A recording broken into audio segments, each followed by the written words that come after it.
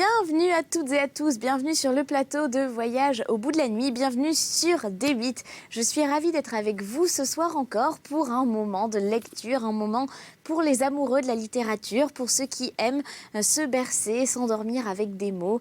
Je suis ravie de continuer la lecture de Barbé d'Aurevilly avec son roman intitulé Une vieille maîtresse. Alors on est déjà en train de le lire et de le découvrir depuis plusieurs émissions.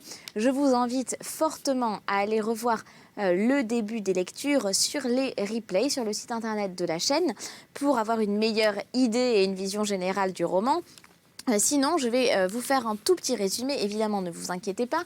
C'est un roman qui a été écrit au 19e siècle et c'est un roman qui est basé sur une histoire vraie. C'est arrivé véritablement à Barbé d'Aurevilly qui s'est trouvé fou amoureux d'une femme espagnole et il a tellement souffert qu'il a voulu en faire un roman. Et alors il a changé évidemment des choses, il a changé la fin pour le rendre un tout petit peu plus heureux mais c'est un roman dense, très bien écrit et qui parle évidemment de l'amour. Donc on retrouve des dandys, des don Juan, des jeunes femmes très chastes, des maîtresses, des feux, des flammes. Enfin, c'est très beau. Et au moment de notre histoire, donc notre héros, Marigny, est un jeune dandy et il est tombé. Il raconte en fait, il s'apprête à se marier avec une jeune femme très chaste. Et il a une conversation avec la mère de cette jeune femme qui lui pose tout un tas de questions sur son passé. Et il lui dit, écoutez, c'est vrai, j'ai eu une aventure pendant 10 ans avec une maîtresse, une Espagnole qu'on appelle la Malagaise, et je vais vous raconter mon histoire avec elle. Et donc il lui parle de ça, et au début il lui explique qu'ils se sont détestés, que ça a été très dur. Et puis, ils se sont tellement détestés qu'il en est même venu à se battre. Un duel a eu lieu et il a perdu ce duel, il a été blessé. Et au moment où il a été blessé, cette femme, du coup l'Espagnole, s'est rendue compte qu'en fait, c'était de la haine, mais c'était surtout de l'amour qu'elle avait pour lui. Et elle a quitté son mari et elle l'a rejoint pour être avec lui en disant, en fait, je sais ce que c'est l'amour et je sais que c'est avec toi que je veux vivre et que je veux partager pour l'instant ma vie. Donc au moment de notre lecture, ils sont tous les deux, ils se sont retirés un petit peu à la campagne, ils ont quitté Paris et évidemment, tout Paris, parce qu'à l'époque, évidemment, ça parlait beaucoup, il y avait beaucoup de ragots, finalement, c'est toujours un petit peu le cas aujourd'hui, même carrément. Et à l'époque, voilà, donc du coup, tout Paris est au courant que cette Malagaise vient de quitter son mari. Son mari était un Anglais, un gentleman qui s'appelait Reginald Annesley. Et voilà, elle vient de le quitter, donc elle n'est plus Madame Annesley. Maintenant, elle est redevenue Vélini, la Malagaise, comme elle se surnomme. Et je m'apprête à commencer le chapitre 9 qui s'intitule L'égoïsme à deux. Voilà, que j'ai commencé tout à l'heure et que je vais continuer, mais on est vraiment au deuxième paragraphe du chapitre. Voilà, très bon voyage à vous, très bonne lecture. Je restais tout cet hiver-là à Paris. Je prévoyais quelques nouveaux duels avec Sir Reginald Annesley, mais à mon grand étonnement, je n'entendis point parler de lui. Dans ma position à son égard, il ne me convenait pas plus de l'éviter que de le chercher. Je devais l'attendre. Il ne vint pas. J'appris qu'il se plongeait dans un redoublement de furie, dans le jeu et dans les alcools. Il s'efforçait sans doute d'oublier cette femme qu'il avait épousée par folie, de tête et de sens, et qu'il abandonnait pour un autre, à la première occasion. Vous avez vu, Marquise, c'était un homme d'un tempérament énergique et fort mélange de Norman et de Saxon. Comment son orgueil, sinon sa douleur, ne le poussa-t-il pas vers moi pour tirer vengeance de l'injure que je lui faisais? Qui le retint? Toute âme d'homme est bizarre, mais l'âme d'un Anglais l'est 2 fois. Oui, peut-être pensa-t-il que s'il s'acharnait à reprendre cette femme, qui était la sienne au nom de son droit légal ou de sa force individuelle, il n'était pas prêt d'en avoir fini avec nous. Et nous étions 2 contre lui. 2 dont il en connaissait un, car il devait savoir par expérience s'il était aisé de subjuguer Vélini, ou peut-être pensa-t-il que s'il l'encourageait dans cette voie, il s'arracherait lui-même, tout vivant, à ce jeu, qui le tenait par les entrailles plus encore que cette Malagaise. Aimer comme les Anglais savent aimer, par orgueil et par ennui. Épouser d'ailleurs, connu, possédé. Joueur avant tout, accoutumé de croire au sort, les battements incoercibles du cœur de Vélini pour moi étaient l'arrêt de son destin à lui. Puis il n'avait pas d'enfant d'elle. Elle cessait de porter son nom. Elle ne lui demandait pas le livre sterling de sa fortune. De toutes les richesses qu'il pouvait jeter dans le gouffre d'un joueur, ne comble qu'avec son corps, elle n'avait emporté que quelques bijoux donnés par la mère de famille. Il ne vint donc pas, il me laissa. Elle voulut habiter avec moi dans mon appartement, rue Ville-l'Évêque. Je ne m'en souciais qu'à moitié. Non par un motif élevé de convenance, j'étais si jeune et si fou, mais pour une raison plus frivole, tirée de la seule élégance des mœurs. Je ne trouvais pas digne de moi de n'avoir qu'une maison avec ma maîtresse, comme avec une femme légitime. Mais elle l'exigea violemment, et elle m'étreignit dans les liens d'une félicité si puissante que je cédai. Vous pouvez penser, chère marquise, quel éclat fit cette habitation publique, officielle, qui bravait la honte, d'une femme mariée, avec son amant, et d'une femme qui avait quitté son mari en lui disant où elle allait. On en parla partout. Le scandale fut complet. Moi qui tenais à la haute société de Paris par ma naissance et mes relations, j'inspirais toutes sortes d'horreurs à des femmes que vous connaissez et qui pourtant ne fermèrent pas leur salon. Vélini, n'appartenant pas à cette société où l'opinion trône sur toutes les lèvres, ne put pas souffrir de ces jugements qu'elle ignorait. Elle les aurait connus du reste, mais elle eût aimé à les braver. C'était presque autant pour tenir tête au monde que pour vivre d'une vie plus intimement fondue, qu'elle avait voulu habiter avec moi. D'une audace de cœur impassible, ne trouvant jamais dans son âme ces préjugés qu'elle engendre, toute les lâchetés de la vie des femmes extérieures, comme une fille du Midi, elle éprouvait de mâles jouissances de fierté à projeter son amour au dehors d'elle. Où les autres femmes auraient placé leurs abaissements, elle plaça sa gloire. Elle eût volontiers écrit sur ses cartes de visite qu'elle était ma maîtresse, combinaison singulière de soumission orgueilleuse et de caprice obstiné et despote. Avec le monde, elle eût fait briller fastueusement à tous les yeux le collier de force sur lequel elle aurait aimé à graver mon nom, et avec moi, tête à tête, au sein de l'amour, le mieux partagé, elle aurait détaché de son cou pour le mettre au mien. Nous passâmes à Paris, toute cette première année, d'une liaison qui avait duré 10 ans. Comme tout homme ayant près de lui les 1000 satisfactions d'une passion qui a pris sa vie, je n'allais dans le monde que poussée, entraînée par mes amis. Je revenais vite auprès de Vélini, j'y revenais avide de tout son être, plus affamé que jamais de cette intimité dans laquelle, l'un et l'autre, nous avions concentré nos désirs. Je la retrouvais, m'attendant toujours à la place où je l'avais laissée, la ceinture détachée comme elle l'avait quand j'étais partie.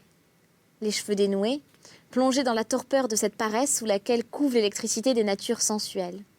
Quoiqu'elle fût jalouse, à rappeler par ses furies comme Margarita, aimée de Lord Byron pendant son séjour à Venise, elle était bien sûre à l'expression que j'avais en la revoyant de n'avoir point de rivale.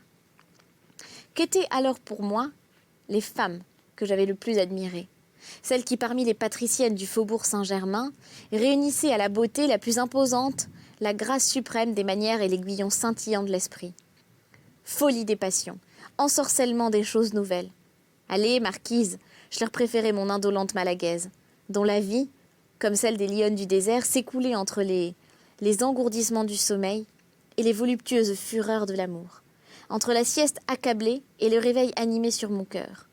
Tout était contraste en cette nature nerveuse et puissante. Elle continuait d'être dans le détail de chaque jour ce qu'elle s'était montrée dans le souper du comte de Mareuil, tantôt d'un mouvement irrésistible, tantôt d'une inertie lourde et froide.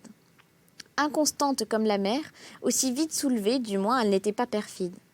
Au contraire, elle avait la loyauté des êtres forts, l'insouciance hardie d'un enfant gâté ou d'une courtisane, la profondeur de sentiment de la duchesse, sa mère, et sous ses formes déliées, le sang et les muscles de son père, le toréador. Le comte de Mareuil n'avait rien exagéré en me racontant son enfance. Elle avait été élevée de manière à ce que ses instincts, bons ou mauvais, puissent se développer dans toute leur incompréhensible vigueur. Et pour moi, qui n'avais jusque-là connu et désiré que des femmes du monde, je respirais avec dilatation l'âpre saveur de cette énergique indépendance. À la fin de cette année marquise, nous partîmes pour l'Italie et pour le Tyrol. Pendant 4 ans, à dater de cette époque, soit que nous ayons voyagé, soit que nous soyons revenus séjourner à Paris, Vélini et moi ne nous sommes pas séparés. Jamais Lara ne fut suivie plus fidèlement par son page. Je ne l'ai pas été par cette femme associée à ma vie errante et qui en toute chose voulait partager mon destin. Il n'est pas un danger que j'ai couru. L'amour seul l'eût entraîné partout sur mes pas, mais l'espèce d'âme qu'elle avait lui rendit cette existence plus facile. Orgueil, imagination, besoin d'aventure, tout cela fermentait en elle autant qu'en moi. Elle me disait souvent « Mon âme est jumelle de la tienne ». Et c'était trop vrai, car c'était l'occasion de ces luttes longues et cruelles dont je vous ai parlé déjà, et qui s'élevaient entre nous du sein même de la volupté. Elle avait l'art de soulever mes passions avec les bizarreries ou les résistances de son orgueil. Et elle m'exaspérait tellement avec ses incroyables caprices, quand j'avais le plus besoin de la langueur d'une femme et de son délicieux abandon, que je me surprenais à lever sur elle une main irritée. Transport dont je lui demandais pardon à travers 1000 baisers, 1 minute après. Elle, de son côté, n'était pas plus douce. Je l'ai bien des fois désarmée de son Cucci au moment où elle allait s'en servir contre moi, pour qui elle eût donné sa vie. Vous sentez, Marquise, que pour résister à ces violences, il fallait un lien forgé dans l'affaire d'une passion implacable. Aussi, ne le traînions-nous pas comme une chaîne, ce lien d'âme et de corps éprouvé en flamme du plaisir. Nous l'emportions comme une entreprise brûlante dont nous étions fiers, attachés ainsi l'un à l'autre. Nous traversâmes une partie de l'Europe sans la voir. Aveugles pour tout ce qui n'était pas nous-mêmes. Ni les monuments de la nature et des arts, ni les originalités des peuples ne purent nous tirer de la stupidité abjecte ou sublime d'une passion qui anéantissait l'univers. Peu d'événements étaient de nature à modifier une telle vie, une telle absorption de deux êtres et d'une même pensée. Le seul pourtant qui put ajouter à la profondeur de nos sentiments arriva, nous eûmes un enfant. Il était dit par la destinée que rien de ce qui devait intéresser Vélini, ou l'amour que j'avais pour elle, ne ressemblait aux choses ordinaires de la vie, à ces circonstances plus ou moins vulgaires qui sont à peu près les mêmes pour tous. L'enfant de Vélini vint avant terme. Elle le mit au monde au pied des Alpes, sur le bord d'un torrent où nous allions nous promener presque tous les jours dans l'été de 1800, et qui se trouvait à une assez forte distance du chalet que nous habitions. C'est là que les douleurs la surprisent. J'avais la tête sur ses genoux, je la vis pâlir tout à coup, et je ne sais quel effarement d'angoisse passait dans ses profonds yeux noirs, qui pleuvaient leur feu dans les miens et qui m'interceptaient le ciel. Nous étions trop loin de tout secours humain pour que j'osasse la quitter. Elle accoucha comme une des créatures du désert, comme une fille de la nature, d'un enfant qui semblait devoir vivre, tant il était sain, faux et beau. Si 30 mois plus tard nous le perdîmes, ce fut d'une maladie violente. Vélini, dont tous les sentiments se teignaient de sensations, montra à cet enfant, c'était une fille, une passion qui ressemblait presque à l'amour des femelles pour leurs petits. « Je l'aimerais comme m'aima ma mère », disait-elle. Je savais comment la duchesse, sa mère, l'avait aimée. De Mareuil me l'avait raconté, elle-même m'avait confirmé cette histoire.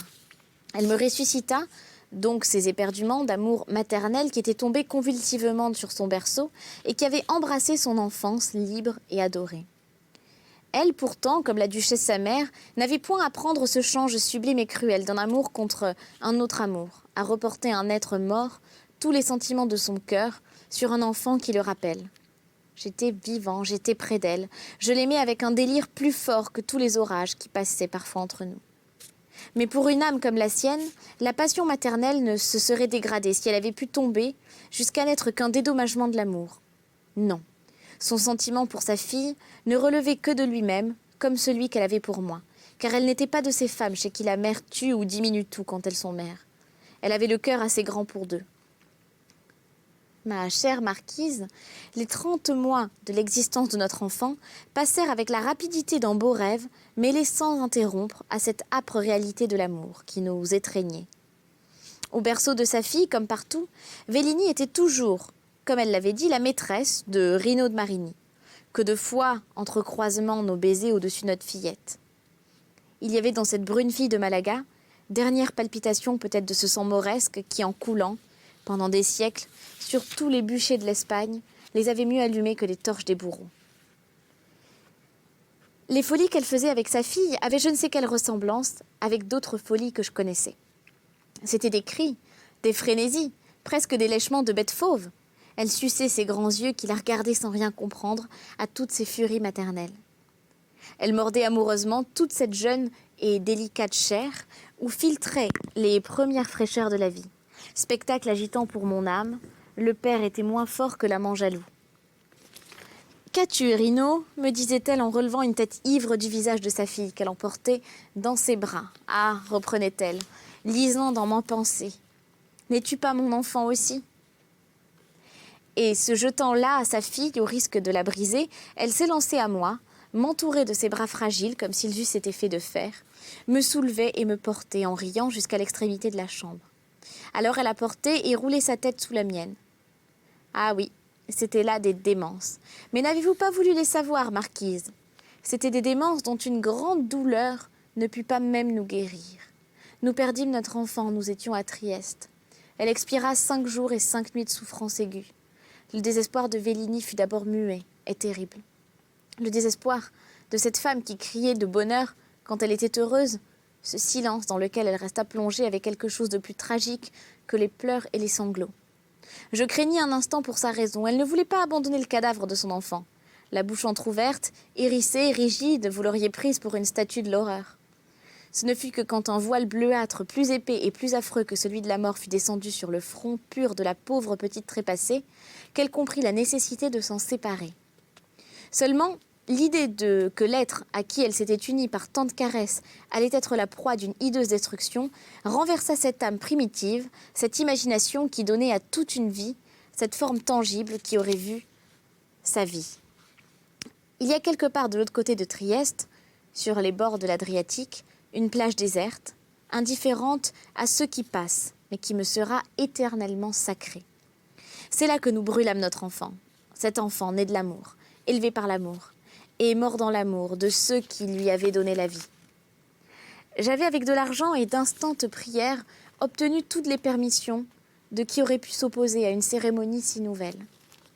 Elle eut lieu la nuit, obscurément, et n'eut d'autres témoins que quelques serviteurs fidèles, Vélini et moi. C'est là que Vélini déposa de ses propres mains le corps de sa Niña tant aimée, de notre petite Juanita.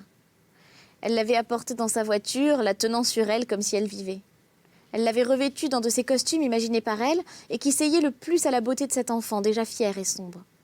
Vélini, plus pâle et plus sombre encore que ce cadavre qu'elle portait entre ses bras passionnés, la coucha sur le lit funèbre. Je la vis, à la lueur de nos torches, embrasser une dernière fois cette bouche violette et glacée, dans laquelle elle eût été coulée des torrents de vie si la mort n'était plus forte que l'amour.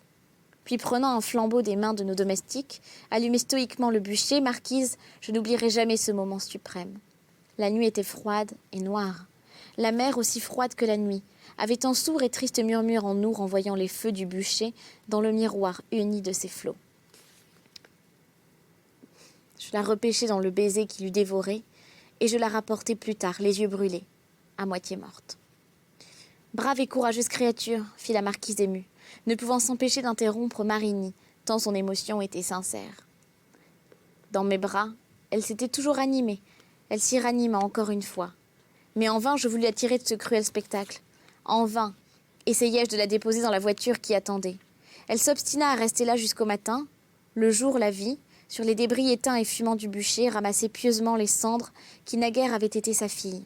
Un souvenir de l'Espagne, une impression de son passé, les lui fit porter le lendemain au couvent des Carmélites de Trieste. Après la femme, reparaissait l'Espagnole. Seulement, si elle céda à l'empire de quelques croyances retrouvées, au jour du malheur, à un des replis de son âme, elle n'en éprouva point d'adoucissement à ce qu'elle souffrait.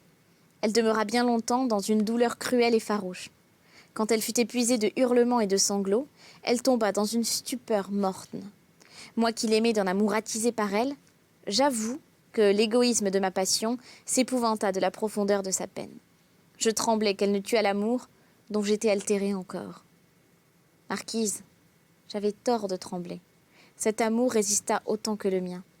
La mère oublia dans mes bras l'enfant arraché à sa mamelle. Vélini était plus maîtresse que mère. Et on va s'arrêter là pour cette lecture, c'est déjà la fin de l'émission.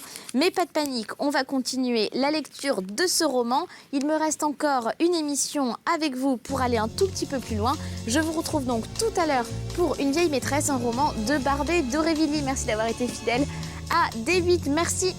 Je vous retrouve très bientôt, très belle soirée à vous et très bonne journée si vous venez de vous lever. Allez, à très bientôt sur D8, ciao.